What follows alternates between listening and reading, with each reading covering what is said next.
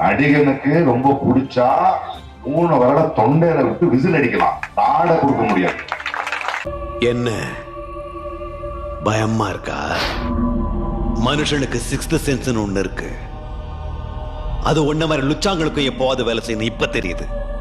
நடிகர் பிரகாஷ்ராஜ் அவர்களே, கர்நாடகாவிலும் தமிழ்நாட்டுக்கு வந்தோமா, 4 படம் நடிச்சோமா, அதோடு நம்ம வேலையை பார்த்துட்டு போயிட்டே இருக்கணும். இது வந்து தமிழ்நாடு மண், வந்தார வாழ்க்கும் தமிழ்நாடு மண். இங்கே மக்கள் தான் தீர்ப்பு சொல்லுவாங்க. அதனால் உங்கள் கருத்துலாம் எடுபடாது. நீங்கள் வந்தீங்களா, உங்களை வாழ வச்சாங்க. அதேமாரி முன்னாள் முதலமைச்சர் நிறைய பேர் இருந்திருக்காங்க, அவங்களே வாழ வச்சுருக்காங்க. இங்கே என்ன நடக்குதுன்னா, ஒரு தமிழை வந்து அரசியலில் வந்து வரான் அப்படின்னா தலை தூக்க அவனால் வந்து தலை தூக்க முடியல. அந்தமாரி நெருக்கடி கொடுக்குறாங்க, நாலா பக்கமும் அடிக்கிறாங்க போட்டு. இதுதான் இங்கே ரொம்ப நாளாக நடந்துகிட்ருக்கு. ஒரு தமிழை வந்து தலை தூக்கிடக்கூடாது. அதாவது தமிழ்நாட்டில் தமிழை வந்து தலை தூக்கும், அரசியலில் தலை தூக்க முடியல. இது எவ்வளோ பெரிய வெக்கக்கேடாக இருக்குது பாருங்கள். மக்களை நீங்கள் நல்லா சிந்திச்சு பாருங்கள். இந்த தமிழ்நாட்டில் ஒரு தமிழை நம்மளை ஆண்டு எத்தனை வருஷமாகுதுன்னு நீங்கள் கொஞ்சம் நினச்சி பாருங்கள். அதுக்கான விடை வந்து தெளிவாக உங்களுக்கு புரியும், விளக்கம் வந்து தெளிவாக உங்களுக்கு புரியும். ரொம்ப நாளாக இங்கே வந்து இதுதான் நடந்துகிட்ருக்கு. நடிகர்கிட்ட நாட்டை கொடுக்குறேன்னு சொன்னீங்கல்ல, நீங்களும் ஒரு நடிகர் தானே. அப்புறம் எதுக்கு நீங்கள் அந்த கர்நாடக தேர்தலில் போட்டி போட்டீங்க விசில் சின்னத்தில்?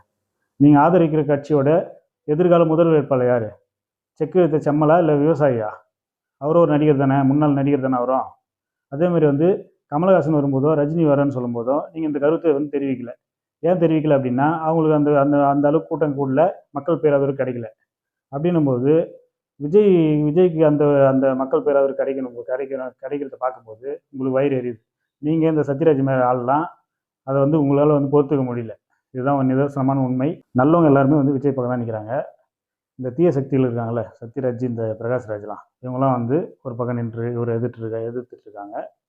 அதாவது திரைத்துறையிலேயே நிறைய பேர் இப்போது சப்போர்ட் பண்ண ஆரம்பிச்சிட்டாங்க, விஜய்க்கு சப்போர்ட் பண்ண ஆரம்பிச்சிட்டாங்க மறைமுகமாக. அதனால் வந்து விஜய்க்கு உண்டான அந்த செல்வாக்கு வந்து குறைய போகிறது கிடையாது, மக்கள் ஆதரவும் குறைய போகிறது கிடையாது.